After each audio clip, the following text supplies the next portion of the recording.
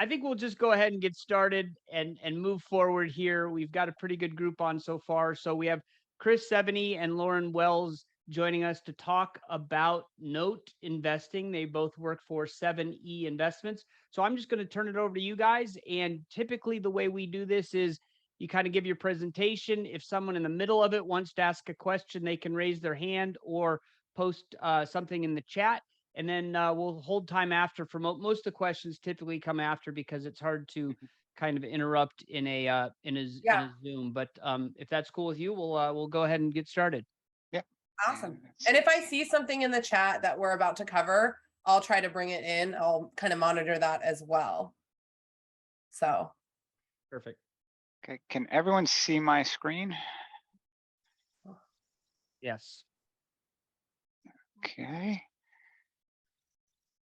So thank you all for everyone joining Lauren and I today. We do always start off every presentation with a disclaimer. I'm not going to read the disclaimer, but we'll provide this to Jim, who we can send the information out to everyone. In a nutshell, we don't provide legal or tax advice. And of course, we'll show some case studies, and past performance is never an indicator of future success with anybody you invest with. So those are the key highlights to point out. And today, the agenda. Lauren, do you want to go through the agenda? Yeah, so like Chris said, thank you guys so much for joining us today. I'm really excited to talk about what notes are. We're going to start at a high level about us, our team, where we come from, and why we feel like we're qualified to do this. We'll talk about notes, what they are at a high level, dig into some of the terminology, what everyone wants to know. Two things: how do you make money in notes? You know, how do we make money? How do we get a return? And any risks that go into it and how we mitigate those risks as Team Seveney. Any partners, when we talk about partners, you know, if you're looking to get into notes on your own, what does that team look like that you have to have working with you in order from a legal and financial perspective? What's that team look like? And then we'll talk about some case studies. Okay, so the Seveney team is, been around. I've been doing notes for about 6 years. I've been in real estate for 25 years. I recently left my full-time job to start our latest company, which is CWS Investments, which you'll see that scattered through here. We brand everything under Seveney, and we own all our assets in other entities. I am the CEO. You can see we have a team of 8 other individuals. Lauren, who's been with me the longest, is my partner in this venture.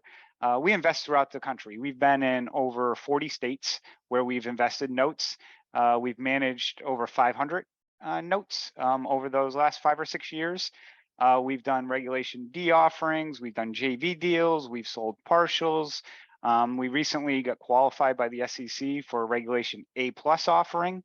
And we also host the Creating Wealth Simplified podcast, which was formerly known as a Good Deed Note Investing podcast, which really got started 4 years ago with Gail Greenberg at the time and myself, sharing our stories on note investing, because a lot of people were out there teaching people about notes, but they were teaching everything at a high level.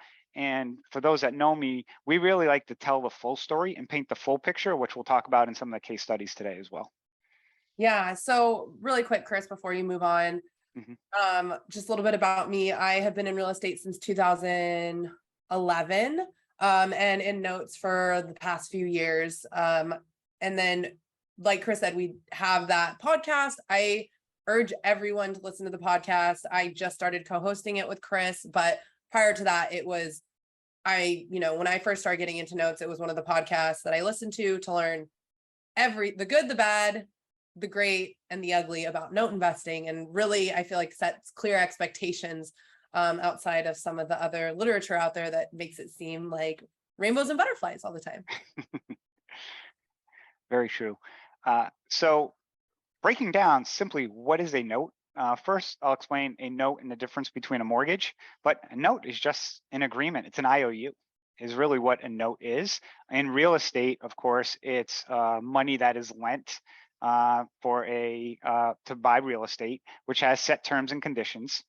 And really, people think a note and mortgage are the same thing, or mortgage deed of trust. And the mortgage deed of trust is really the teeth behind everything. You know, the note is, okay, Lauren, I owe you $100,000. I sign a note. The mortgage is the contract terms that get recorded that dictate if I don't pay Lauren, what are her rights and remedies. So that's kind of the first thing we want to start at a high level. And one of the first questions we get asked is, well, do you own the property? And Lauren, what do we typically respond with that? No, so it's very different. You know, my background is in long-term rentals, so dealing with tenants. And one of the things about notes, and no, you do not own the property. You essentially assume the position of the lender, the bank, which is, we'll talk about in, you know, a slide coming up, one of the advantages. You're not dealing with, you know, repairs, maintenance, or anything like that that comes up. You're really just collecting the payments if they're performing. And one thing actually here we should talk about, Chris, before you move on, is there's a few different types of notes. Let's talk about, you know, there's first position, second position, performing and non-performing. So Chris, do you want to start with the different types of liens available that people look to buy? Yeah, there's really, I'll call it three. There's first position, which means I'll use the term in the driver's seat, and we'll talk about on the risk side what some of the risks are with a first position note, but you're the first one essentially to get paid. Then there's a second position note, which is typically that's like a home equity line of credit that people get. You probably see a lot of people in the last few years get a lot of equity in their properties. They take out a home equity line, which is behind their primary mortgage. Now those get sold as well, and we'll talk about some of the risk factors in that. Primarily, we focus on the first. Is what we like to focus on. And then the third type of loan that I just want to mention, and we're talking residential right now, we're not talking business purpose or other type of commercial, is what's called a contract for deed. And we've had a lot of experience with those. I could talk 4 hours, literally the number 4 hours on contract for deeds and the pluses and minuses of those. Those do add another level of risk to the investor. We're not going to really talk about those today. They were big 3 years ago, but those are kind of the three players or three types of notes. And Lauren, do you want to talk briefly about how to differentiate between a performing and non-performing loan? Yeah, so a performing loan essentially just means that the borrower is paying on time, consistently, month after month. So if you purchase a performing note, you do essentially just collect mailbox money. You are sitting back and collecting that payment from the borrower every month. If you purchase a non-performing note, it means that the borrower is delinquent on their payments 90 days plus. So anywhere from 90 days to a couple of years. It really ranges. So at Seveney, we invest in a mix. About, I'd say 35 to 40% of our portfolio is performing, and the other 65 to 70% is non-performing. Some other terms you'll hear out there is reperforming, and a reperforming loan are loans that maybe 10 years ago, the borrower got distressed, they signed a modification and have been making payments for a period of time. Typically, it would be more than 12 months. So that would be another term you may hear. Sometimes you'll hear people call loans semi-performing, and I kind of get a chuckle out of that. To me, it's either performing or it's not. You know, if it's in between, it's not performing. So those are kind of some of the stipulations or differentiations you may hear. And so people, you know, will say NPL for non-performing loan or RPL. So if you see that those terminology or those acronyms, that's what that's referring to. So how do you make money in note investing? First, just talk about the size of the market.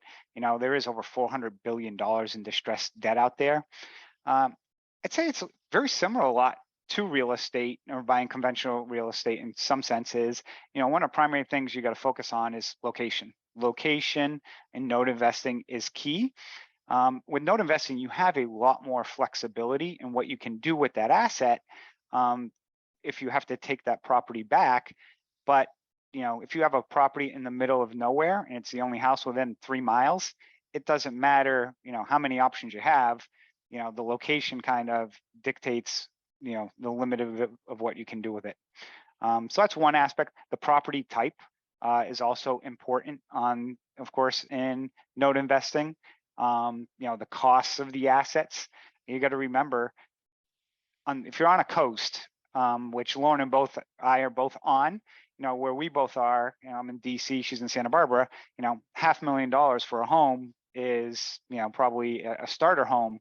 If you go to the Rust Belt or the Midwest, or even, down in, the Southeast a little bit, the typical home might be $150,000, and you can get notes on houses that are $50,000, but you still have to remember to put a roof on a new house, whether it's if it's a starter home, whether it's a $500,000 or $100,000 starter home, is very similar in cost. So you have to make sure you understand the cost of that property and not look at assets that are too low. And then, of course, making money, you definitely want to analyze everything, the time you're going to hold it, and what you want to talk about or return on investment. So that's kind of, I'll say, a high level of things to look for in notes. But Lauren, do you want to talk a little bit about kind of our philosophy on what we look at in an individual level with the notes? Yeah, so when we're assessing a tape, which essentially is a Excel spreadsheet of anywhere from a dozen to hundreds of loans or notes, we really evaluate it from what we call a three-dimensional approach. We look at the position, the person, it's the three P's, the position, the person, and the property. Now, the property, when we say that, we really dive into the value of the property, like Chris said, where it's located, what the value is, what the equity is in comparison to the debt, and, again, location of the specific where it is regionally.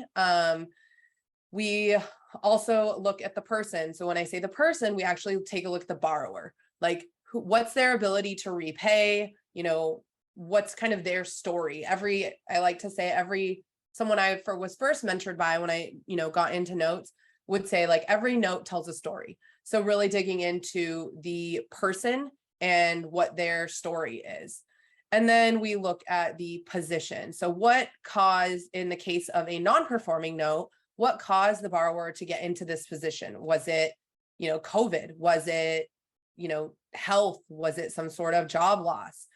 So we kind of look at those three things to analyze and assess what we value and what we're willing to pay for a mortgage note. And something that we should have covered but didn't, because I think it's just something we assume, is keep in mind that when we're purchasing these notes, we are purchasing them at a discount. So we're purchasing, performing notes at a little bit of a discount, Chris, if you want to speak to that, and then non-performing notes at a more significant discount, because again, they're non-performing. So the goal is to acquire them and get them to reperform, to work something out with the borrower, whether that is a loan modification, refinance, forbearance plan, or trial payment plan into a loan modification, or in some cases, them walking away from the property because it's something they actually don't want or can't afford.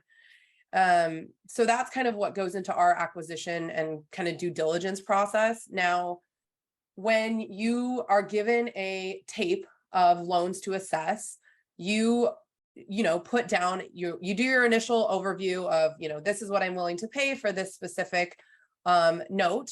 And then you're given kind of like an escrow period is what I would relate it to. It's your due diligence period where you go and you dig into more of like, okay, that home value. Am I going to get, a BPO on that property? Am I going to have, someone go drive by and give me their assessment? I'm going to pull title to make sure that, everything is clean there. Are there any discrepancies in the chain of command?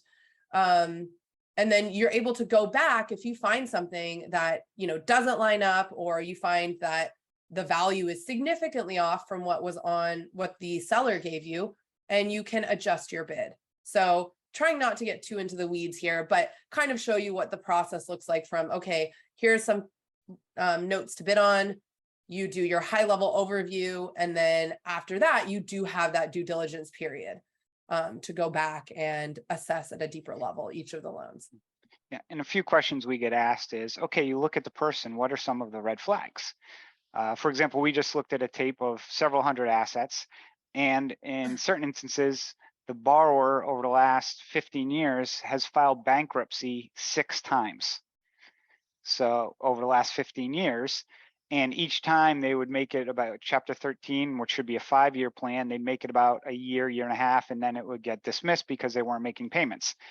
When you see that much of a reoccurrence, that's something that the borrower's in default again. What is the expectation that's probably going to happen? More than likely that borrower will file a bankruptcy again.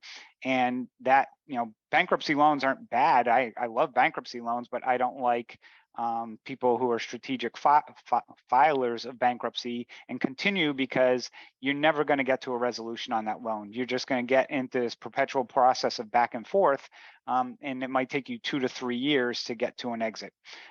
That's one thing. Another might be a loan where we see, and it's a borrower who is struggling and has might not be able to afford the property, but also has 4 or 5 kids or children at home. Is that something that we want to take on, where it's more than likely you're probably going to have to foreclose on that person? That's not something we typically or rarely would ever want to, if we ever have, take on. Those are some examples of things that may happen, or that we look at from a the person's side, or what put them in that position as well. And of course, then on the property, if we send somebody by, which you always want to make sure you trust and verify any information that somebody gets you. If the roof is tarped or there's junk in the yard, you don't get to see the inside of these houses, which we'll talk about the risk. But if the outside is a disaster, more than likely the inside is going to be the same.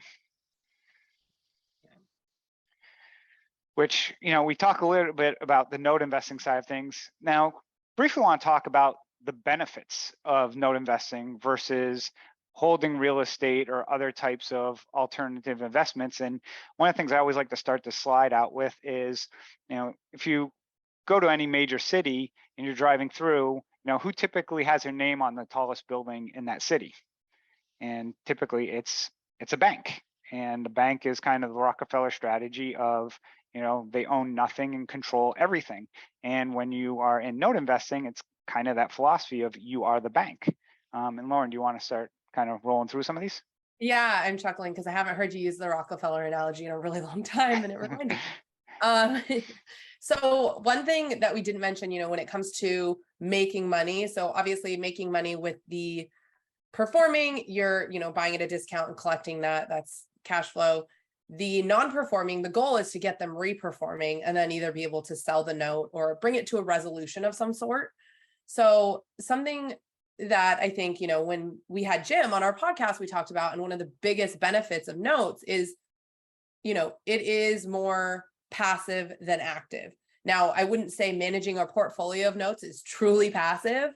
But as far as, in comparison to, investing in single family homes where you're assuming the position of, the property manager, unless you're outsourcing that, it's much more passive.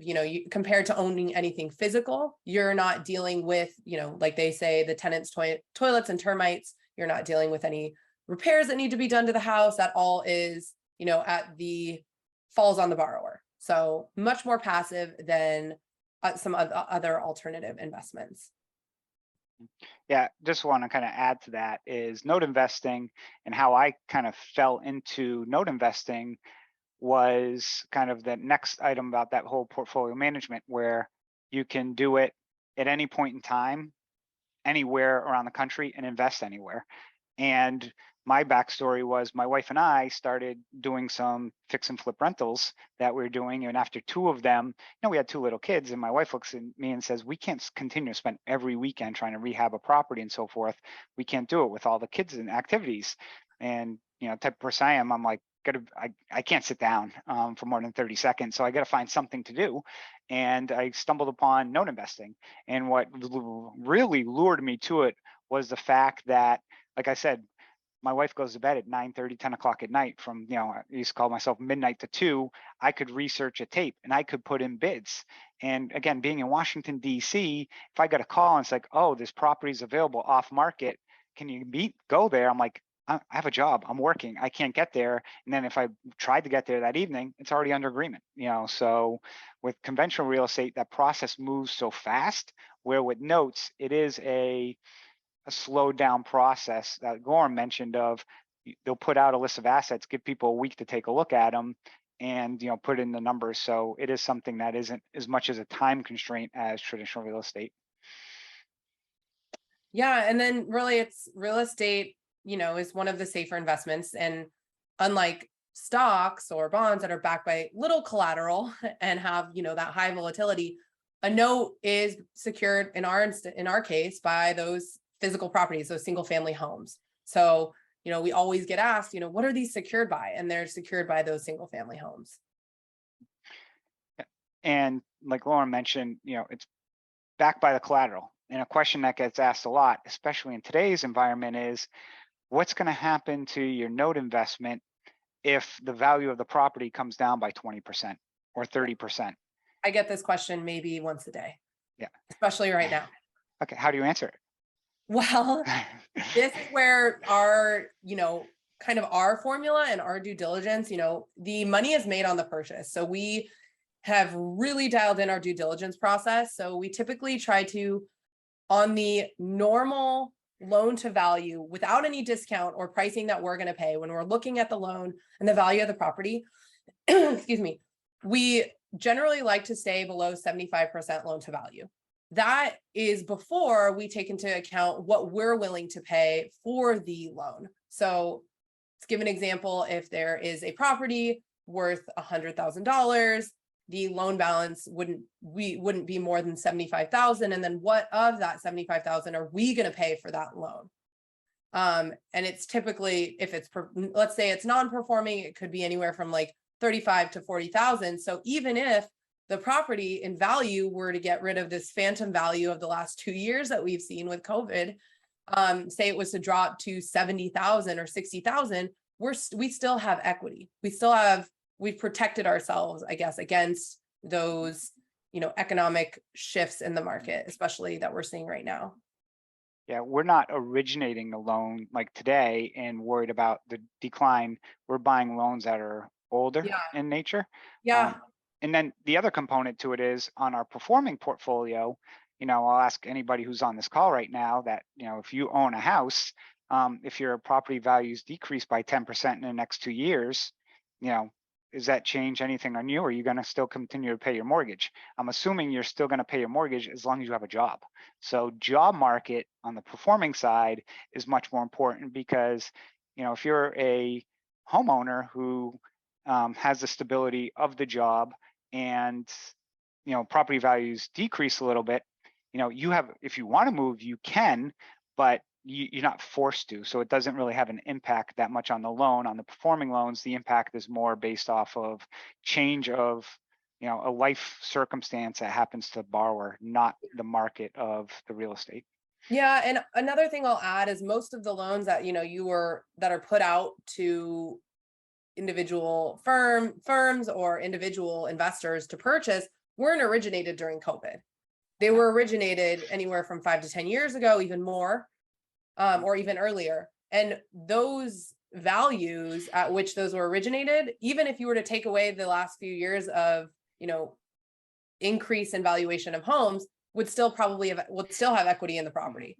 So they're much more seasoned notes in terms of like where the value is and that true value. Again, if you were to take away any of the COVID increase.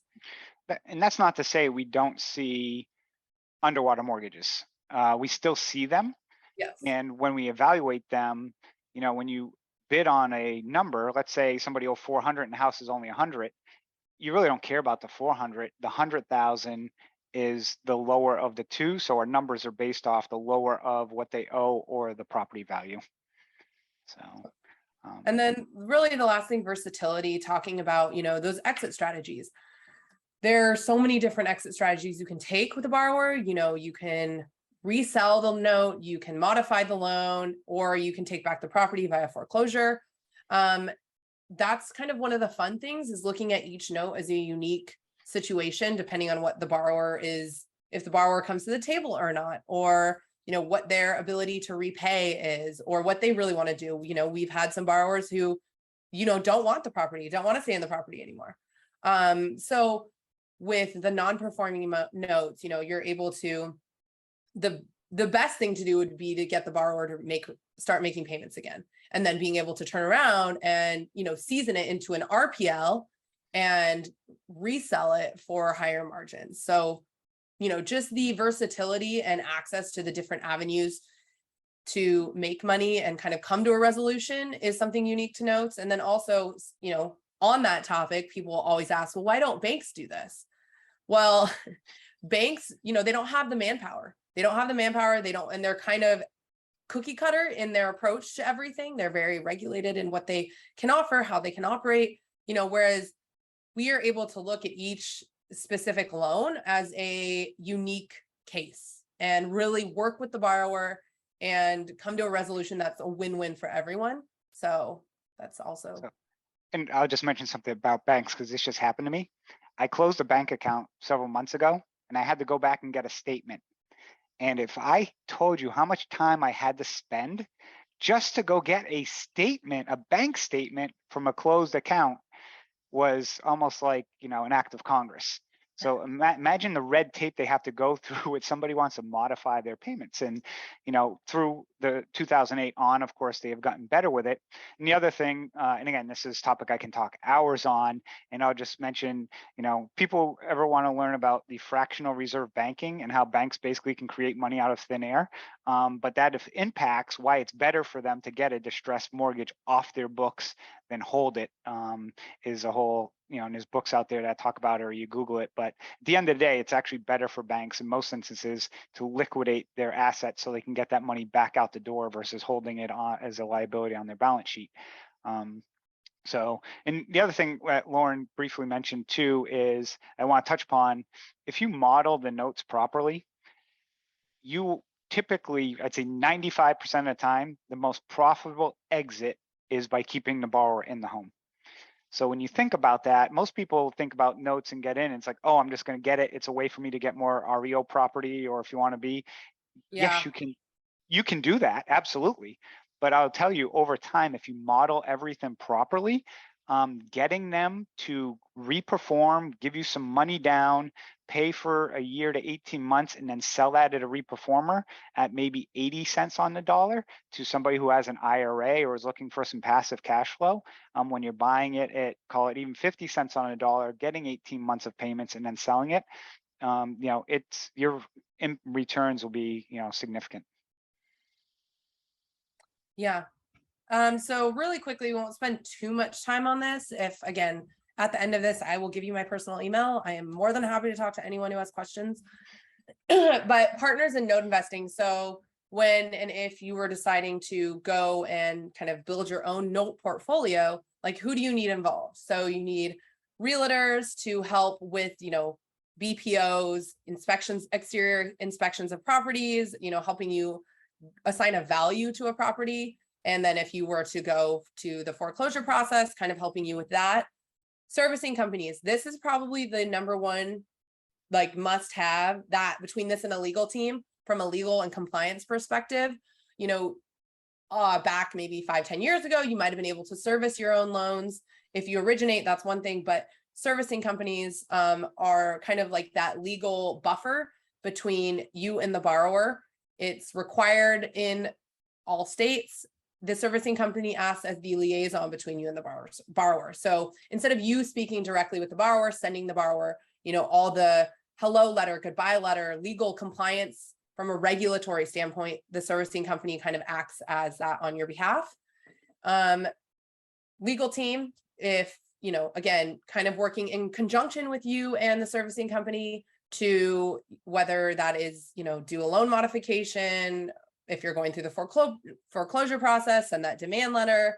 And then if any issues come up, while you're working with the borrower, to bring it to a resolution. Collateral review and storage, someone to store your collateral in a, fire safe vault, file cabinet, facility, whatever you want to call it, and review to make sure that everything's in order. Again, this is something you'd want to do before you acquire the loan, is making sure that the collateral is in order. But then once you do acquire the loan, where's that collateral going to sit?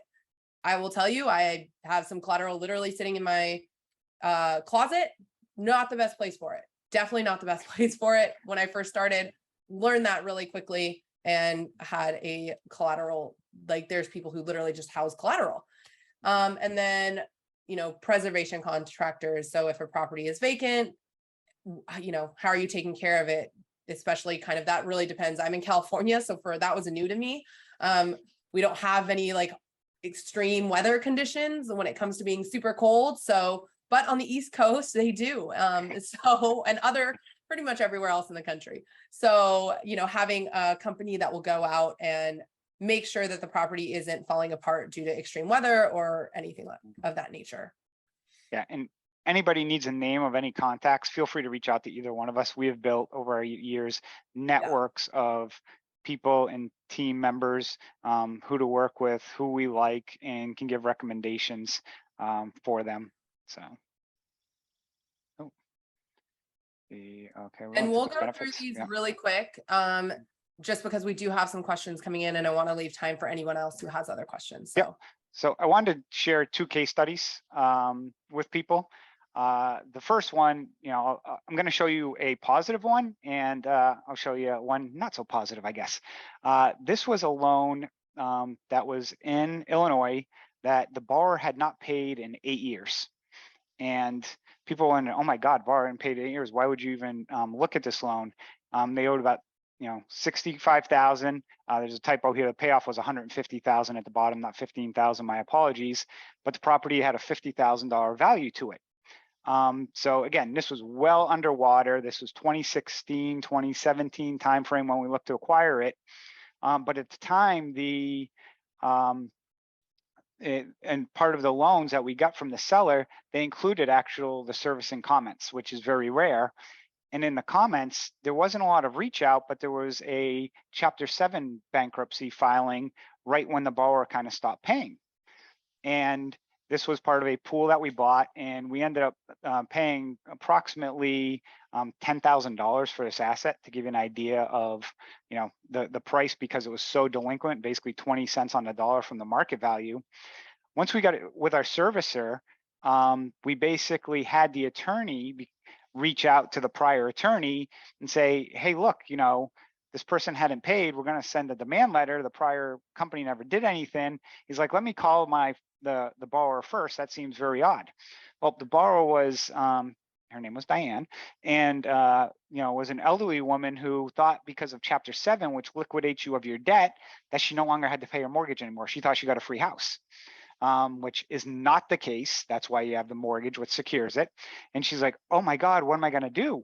And we said, you know, let's work out some agreement. That we worked out a new payment plan, and basically we created a win-win. We restructured the debt for the borrower. We had it be a principal balance of $50,000. We had a balloon payment that if she made the payments would go away, because the property value is only so much. And, you know, basically the lifespan of, you know, the woman was not going to live till she was 110 or 20 years old, I'm guessing. So we did some forgiveness on some of those fees. But we did get a payment of $500 a month, which for the last 4 years now, this borrower has been paying. So simple little thing that we looked at, kind of doing a little due diligence on this, allowed us to get a note for a very low price and then restructure it, which for us, it was, you know, we had a lot of good education on this, and got my little golden egg at the bottom there that Lauren was laughing at me for earlier, because this was a great deal, you know, from a profit margin, awesome. And it was pretty, you know, thrill and chill, very low key. We didn't have to do too much. So this is what I would call the perfect, you know, not even storm, or this is the rainbow and unicorns that you may see other people show, which just does happen. Go ahead, Lauren. Sorry, you cut out. Oh, my internet is unstable. Oh, okay. So I hear you. So hopefully everyone can hear me. Yeah, it's my internet for some reason. No worries. Okay. The other case study I just wanted to share with people was my first loss. And this is the one nobody ever tells you about these. You know, nobody ever likes to talk about their losses, just like, you know, everybody on Facebook likes to make their life and everything look perfect. This one was on the outside. You know, basically property was a nice small home in a cul-de-sac of all the other houses, looked very nice. It had a low balance to it. Everything looked good, tons of equity in the property. Basically they got behind. and we couldn't figure out what was going on, like why they were behind. It was a really unique story, and the borrower was very adversarial. After we bought the loan, we found the borrower basically was yelling, screaming, swearing at the servicer. And we found out the borrower actually had moved next door and wasn't living in the property. And that kind of set off a flag, like, why did he move next door? Well, he moved next door because this swimming pool right here is his basement. He had 4 feet of water in the basement, and he left literally just took probably a few things of clothing and walked out of the house. Didn't want anything to do with the property, but would not sign it over to us. Wanted us to foreclose, which would have cost us a lot more money. And during this time, we were trying to get in the house to pump the water out of the basement, because as a lender, you have a right to secure your asset. But every time we sent our company out there, he would, because he lived across the street and worked from home, would go on there and say, I own this property. If you step foot on it, I'm calling the cops. So we could never get on the property.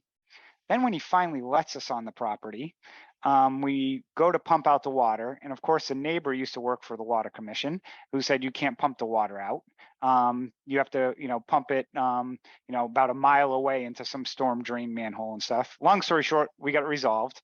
But this one, the house got filled with mold. We had paid, I think, around $15,000 for the asset.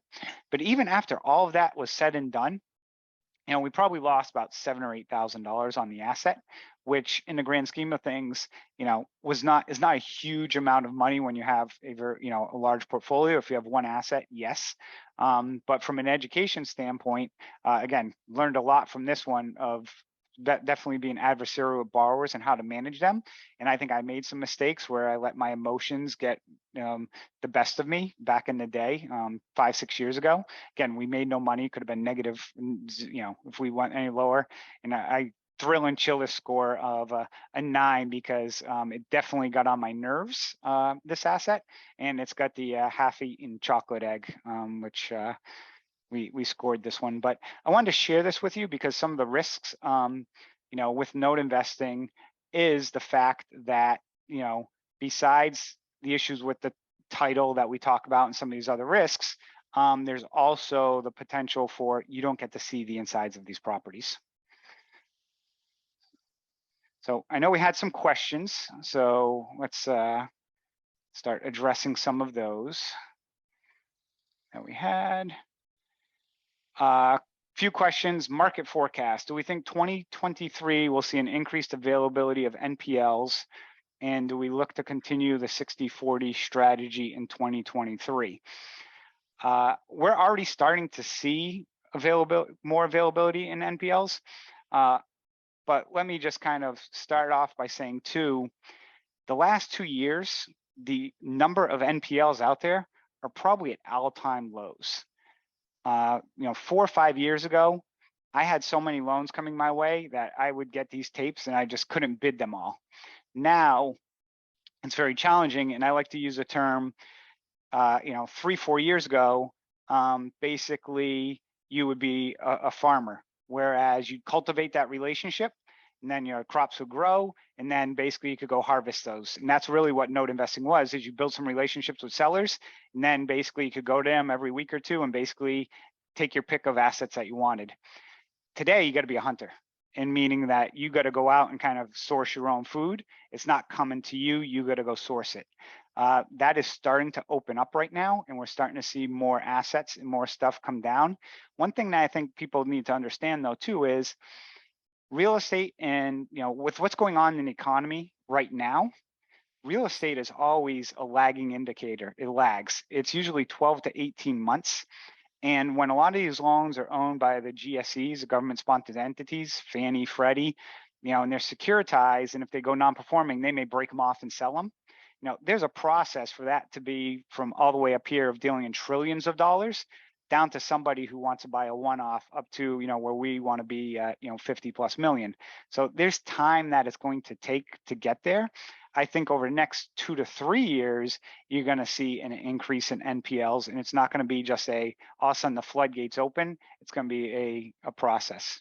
And for us, yes, typically our portfolio is going to be between that 65% of NPLs versus performing.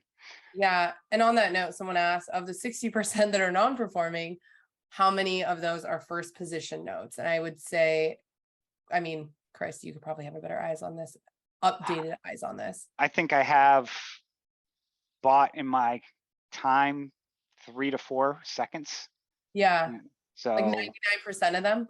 yeah, I mean, right now, I don't think I have a second in my portfolio. I may have one that, but yeah, we are primarily a first. And one of the reasons why, when I got started, for those, I'm a ultra type A, very little patience, ask Lauren, type of person.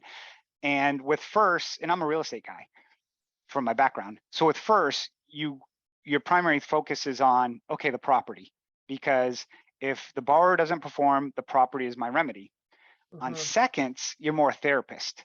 You have to understand what the borrower is going through, because there's also a first position lien too, that, okay, what's the first going to do? What's their credit look like? If they file bankruptcy, in a second position, you get wiped out on a bankruptcy. So there's a lot more, therapy sessions, I like to say. Go ahead. Impatience, yeah. I started in seconds. So, but for just getting started, it was a good place to start, I will say. And I did really well with seconds. So I'm not the most patient. So, seconds back in the day were, if you go back to, that field investors baseball, with first, the goal is really, to get doubles. You get singles, doubles, once in a while you hit a triple, once in a while you hit a home run. You kind of want to be that leadoff hitter. With seconds, you're the cleanup hitter, because typically with seconds, you either hit the home run or you strike out. And that's why with seconds, you'll typically want to buy a pool of them. Now, today it's a little different because of the equity that people have had, but a lot of times people are buying seconds where they're underwater, only at partial equity. And if that borrower files bankruptcy and they can get an appraisal that says the house is worth less, they could actually strip your lien and you get nothing. So in first, it's the only way you can get wiped on a first is if you don't insure the property and it burns down, or if the taxes aren't paid. And we have ways to remedy all of that. We put insurance on it, and we have companies monitor taxes that insure that for us. So on first, it's very difficult to get completely wiped. On a second, completely different ballgame. So next question, if you buy the property from the borrower or take it back at foreclosure, then do you resell it with renovation or as is? And I think this just depends. We've gone both ways. I think it just depends on where the property is located. What's the economic climate of today, current economic climate, when that happens. And do we want to take this property on? And it's a combination of those. I mean, Chris, you can probably give some examples of when we've gone as is or when we've, taken some back. Yeah, I'm laughing because we just, with Delaney, built like a calculator that analyzes everything on this scenario. And Delaney's our operations person, and her and I geek out over Excel all day long. Recently, we've sold everything as is. And why? Because look at the real estate market over the last 2 years. I mean, you didn't need to renovate the property. You'd have 10 people coming in there bidding and overbidding. Go back 4 years ago, completely different ball game, where we would analyze it a little more to see whether or not we wanted to renovate it. But I would say very rarely would we ever renovate the property, because if you've ever done renovations from afar, I feel for you. If you haven't, it's not something you kind of want to do. Personally, it's very challenging. It's trying to renovate locally is hard enough. And that's what my background, I spent 20 years doing. Doing it from afar is so challenging. And in notes, time is money. And if you can sell it and get good value for it, then that's probably going to be your best bet, because contractor delays cost you money. Contractor overruns, all of that costs you money, and it's something that you don't control. Whereas when it's as is and you can list and sell it, you have more control over it. And also by holding it, you're kind of getting back into that position of not as passive, being more active, dealing with the tenants and all the fun things that come with being a landlord. some other questions, I think more for you, Jim, if there's going to be a replay of this presentation. He says yes. Yep, that'll go out hopefully today. If not today, it will go out tomorrow. Okay. And then name of the podcast is Creating Wealth Simplified. Our lovely faces are on the cover, so you'll be able to see that. Like it or not, our pictures are there. What are some of the reasons a performing owner would need to do a note? So I think that question is more, it's not if, Chris, do you want to explain that? I'm not sure what the So, question Maybe you could answer, sorry, maybe instead you could answer kind of why are you buying performing notes and from whom? Okay. Because yeah, you're not originating mortgages. So where are you getting these notes that are already performing? So a lot of notes we buy are from other funds. We rarely actually buy from banks. That's one thing that people will tell you is, oh, you got to call all these banks and reach out to all these banks. I've only known one person who's ever really gotten anything decent off of a bank in 6+ years. Like I said, we bought over 500 assets, and I would say the majority of probably 400 of them are from 3 sellers. And those are sellers who've been around for a while, and they continue to be around. Overall, I probably bought from about a dozen different companies, but there are other funds that you can buy from that are larger, and they look to, peel off assets. And when somebody goes to sell an asset, it doesn't mean it's because it's a bad asset. That's, I think, a misnomer. For example, if we get a lot of reperforming loans, get them reperforming, and we want to rebalance our portfolio, we will liquidate those. Or if we have too many non-performers, we may rebalance our portfolio and sell some of those. or if we take things that aren't in our buy box because it's part of a larger tape that we're taking down and therefore getting a better discount, we may be like, great, now we're going to sell the ones that don't fit our specific criteria. And so a lot of the bigger funds will do that because they're buying, tapes in tranches of like thousands. So they're not able to do as much of an individual analysis as we are on when they're acquiring, just it's not possible. So these are all in our buy box, these are not, and they will then liquidate the ones that are not. So it's not necessarily like Chris said, these are bad loans or bad notes. It's just that they don't fit within whatever their buying parameters are. Let's see. And on top of that, they buy them, they take them as part of the whole tape because they're going to get a better discount if they do so. So that's kind of like the why. And the other question is about tapes when they get sent out. It depends. I have certain sellers that will send stuff directly to me because they know, Chris, this fits your criteria and we need to close this deal quickly. And, we can get those. But for the most part, it goes to the masses. A lot of them, there's servicing companies that have, put out tapes for sale because they have loans that they're servicing that investors might want to sell. So they're really one of the main sources for a place to get notes. SNSC Servicing is probably one of the largest, and they have a huge trade desk that they probably put out 1,000 notes a month that you can look at and get on their list and so forth. The one thing I always tell people is, be respectful of them. And, because there's a lot of people who like to try and broker the notes through them who is a broker. And that's the easiest way to get yourself blackballed in this business, because it is such a small business. If you're going to buy, buy for yourself, or if you're going to work with somebody, just be upfront with people and let them know. Then the last question I see is, what type of returns can you generally expect on average? How are the returns generally taxed? So I'll speak to the first part and then I will let you speak to the second part with the disclaimer that we are not giving tax advice. And so returns right now, for a performing note, we're looking anywhere from 12 to 15%. On a non-performing note, we're looking about 24 to 30% return. Yeah, and that's our portfolio. That's what we target. If you're just going to buy a one-off, those numbers will be slightly depressed. A performing note would be about 10 to 13. Non-performing, I would never underwrite anything for anybody. Tell them to underwrite it under 20%, because if you do, your risk profile just gets significant. And there was a question there about how much money is good to starting out with notes. There are notes out there that you can buy for like $5,000. And then the question at that point in time comes to, If it's non-performing, you definitely need money for legal, which could be another $5,000 to $10,000. If it's performing, you can get it, but there's a lot of upfront work. So is it something that you want to take on to learn? I actually recommend to people, if they want to get in note investing, they're better off buying a low dollar note than going to spend $10,000 on some training class. And kind of, I'm a learn by doing person. So that's just my style. So that's kind of my recommendation.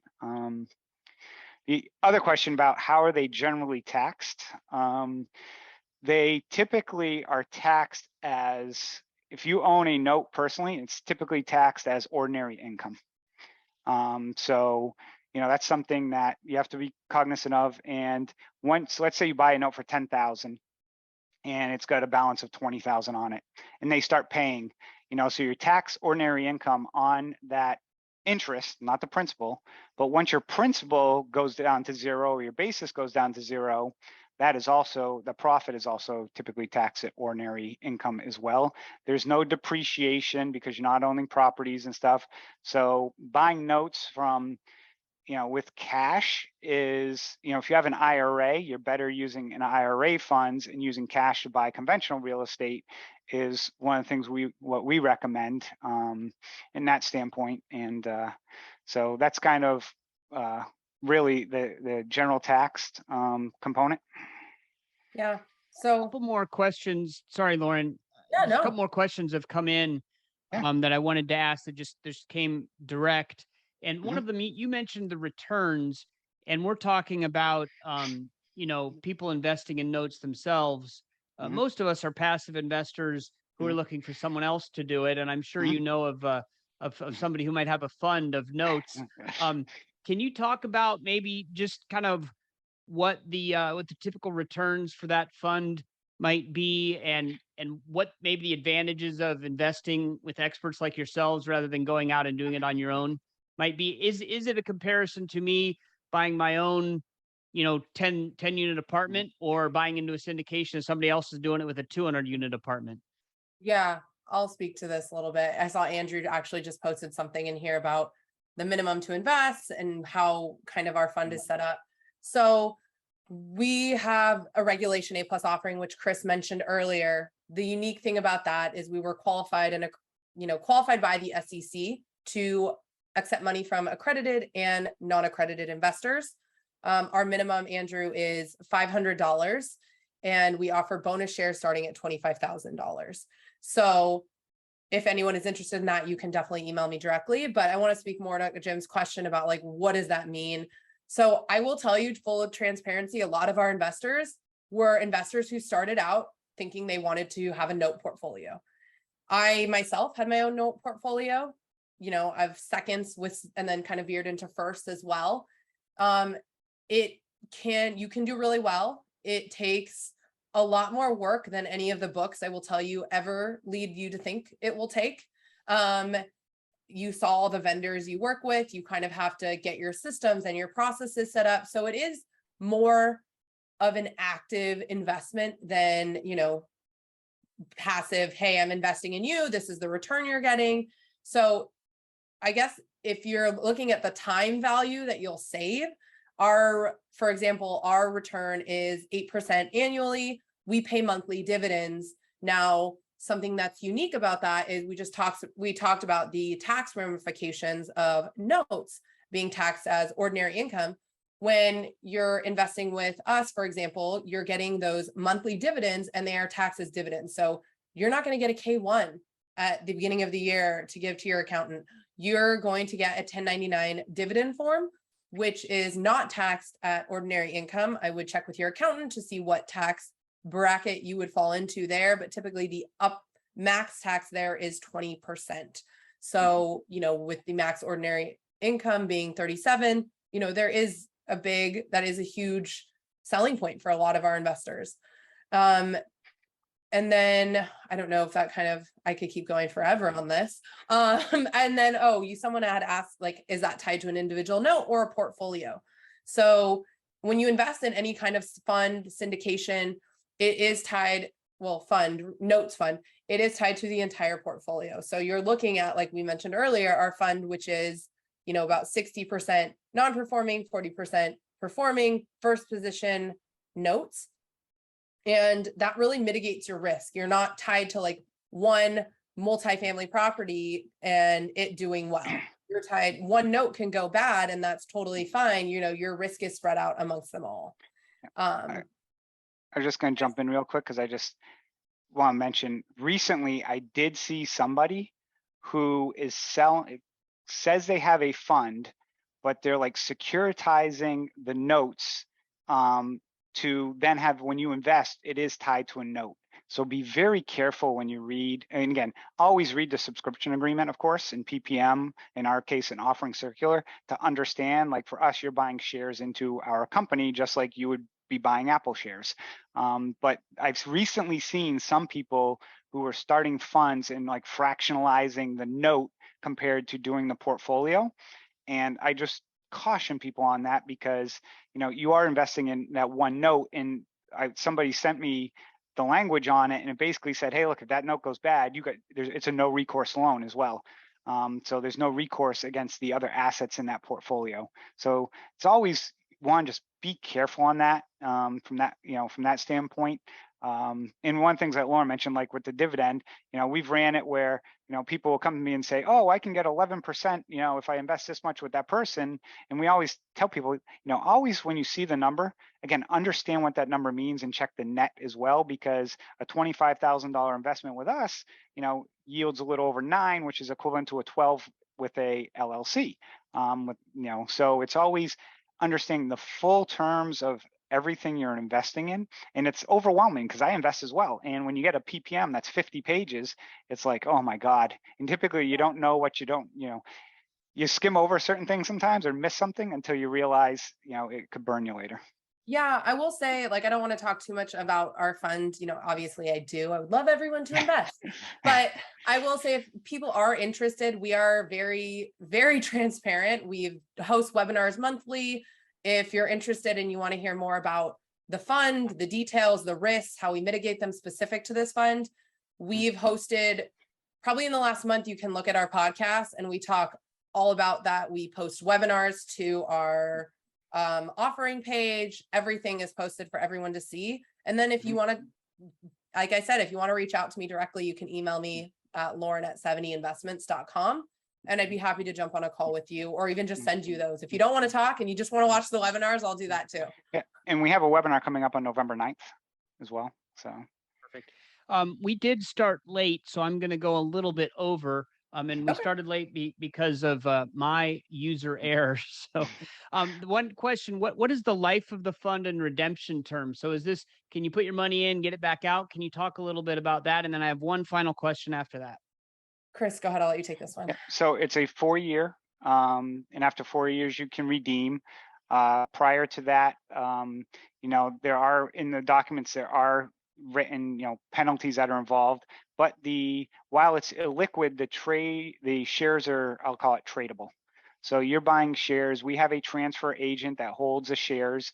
So if it was something that you had bought, you know, it's $10 a share. If you bought 1,000 shares, you know, and you said, hey, look, is there a way to redeem this? We have other investors who would be lined up that would be interested in them. Or if it was a life event, like I said, we deal with things on a case-by-case basis.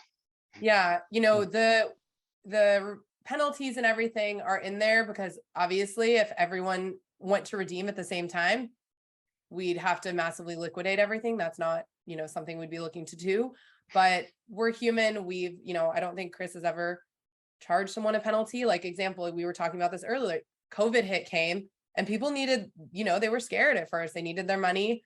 And, you know, that's like act of God thing, you know, if it's typically the redemption period and the lockup is important with people who are like, well, what if I have an emergency come up? I never touch this money, but what happens if an emergency comes up? Like, we're human, email us, you know, we work with people. Excellent. So one other question, I don't know exactly if you can answer this, but you know, I've been in other note funds and similar things. And as the economy started, you know, getting better and better from 16, 17, 18, 19, 2020, and things were really rolling, because you're buying notes, it's kind of inverse, right? So it was tougher to find loans. And so they kept decreasing the returns. So now we're heading into possibly a time where you'll be able to get a lot more notes. There's going to be a lot more distress out there. Have you considered, or would you consider increasing the returns that you pay out if the market conditions get so good for the non-performing notes that you're starting to make a little bit more money?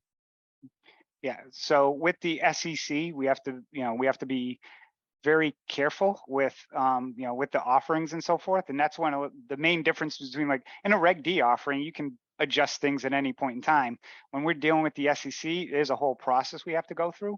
To answer that question, we started the number at what we are very comfortable, what we think we can deliver. If we exceed our own expectations, then we have the ability to issue bonus dividends as well to investors. And it's something that, of course, that question gets asked all the time. It's always open and it's on the table. Let's, see how the next few years go. I can't promise, we can't promise something 2-3 years out without knowing, but is the ability there for us to do that? Yes, it is. Yeah. So in Okay, short, perfect. we wrote it into the offering circular that we do have the ability to offer an excess distribution should we, crush it, so to say. Awesome. Okay. And then I just want to thank you guys for coming here. I love the scoring system of the chocolate egg, the golden egg, and you cut the top off the chocolate egg. So that was phenomenal. But what I do want to mention, one thing is, I don't think you're going to see many operators come on a Lunch and Learn and give 2 case studies, and one of them is one where they lost money. And that says a lot, that you're willing to be transparent, as you guys have said you are. But just to share your losses along with your gains, I think is pretty powerful for us as investors to look at and understand. So I thank you for that. And I'll give you guys the last word. If you can just remind everybody again how to connect with you, and then we'll close out. Thank you, Jim, for those kind words and for having us on this Lunch and Learn. Always happy to, speak and educate people about notes and what we do.